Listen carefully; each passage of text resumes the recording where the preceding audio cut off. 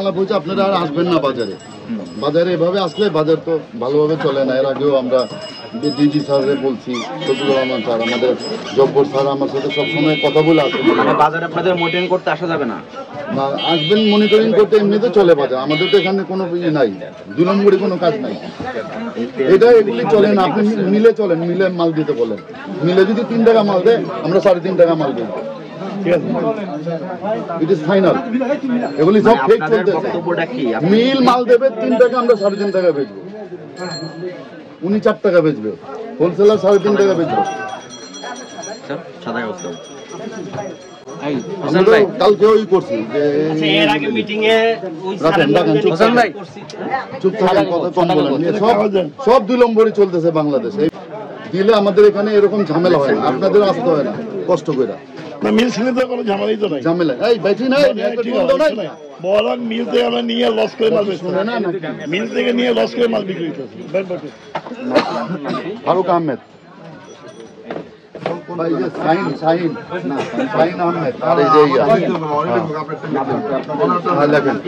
Faruk Ahmed, senior সহসভাপতি, মৌলভীবাজার ব্যবসা। এটা আপনার? না, আমার না, আমি সিনিয়র সহসভাপতি মৌলভীবাজার ব্যবসায়ী সমিতি। না, আমার ব্যবসা প্রতিষ্ঠানে ব্যবসায়ী সমিতি। এটাই ব্যবসা প্রতিষ্ঠান, ব্যবসায়ী সমিতি। না, আরে না, উনি মালিক রে ভাই। আপনি কি ব্যবসা করেন এটা জিজ্ঞেস করতেছি। আমি বেকারি র মেটেরিয়াল।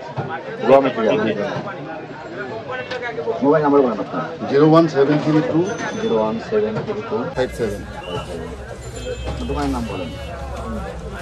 ওই তো যে ব্যবসায়ী সমিতি, তো আমার দোকান। আর কিছু লাগবে বলেন। চিঠি যাবে কোন ঠিকানায় আপনার?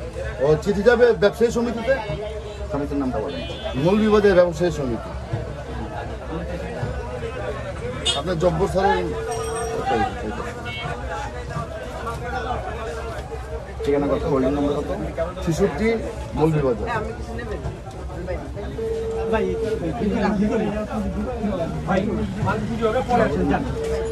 সভাপতি বসির আহমেদ। আচ্ছা চুপ থাকেন, বসেন। ভুল ত্রুটি হইতে পারে, এটা বলেন, ভুল ত্রুটি হইতে পারে ব্যবসার মধ্যে, বুঝা বলেন। আমরা এর আগে তেল নিয়ে অনেক গন্ডগোল হয়েছে। গন্ডগোলের পর আমরা আপনার হেড অফিসে গিয়া আপনাদের প্রধান কার্যালয়ে বলছি যে মিলে আমাদের সমিতিরা মাল দেবে, আমরা কম দামে মাল বেচবো, এটা তো কোনো অসুবিধা নেই। আর উনি একজন ভালো দোকানদার, কম দামে কম লাভে মাল বেচে, বুঝছেন, উনি আমাদের জানা মতো।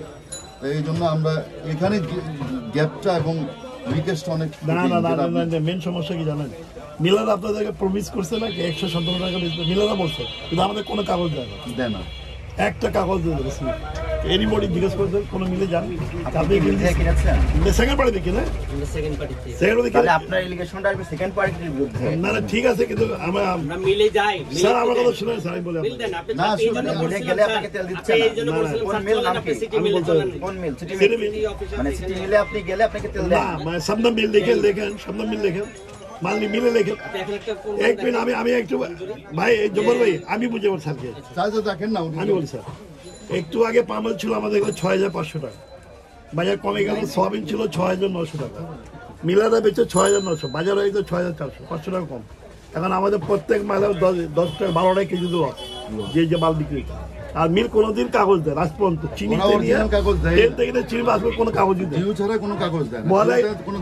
আপনার যে 3 গ্রাম তেল এখানে আছে আজকে, এটা আপনি কোথা থেকে কিনেছেন? বাজার থেকে।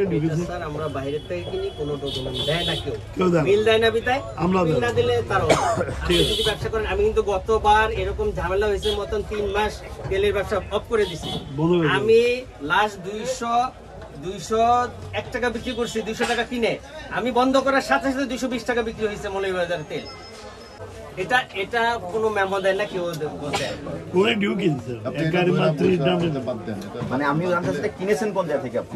বলেন না, আমি সেকেন্ড মার্কেট থেকে। সেকেন্ড মার্কেট কার দোকান থেকে কিনেছেন? সেটা কোনো ডকুমেন্ট নাই, কিচ্ছু না।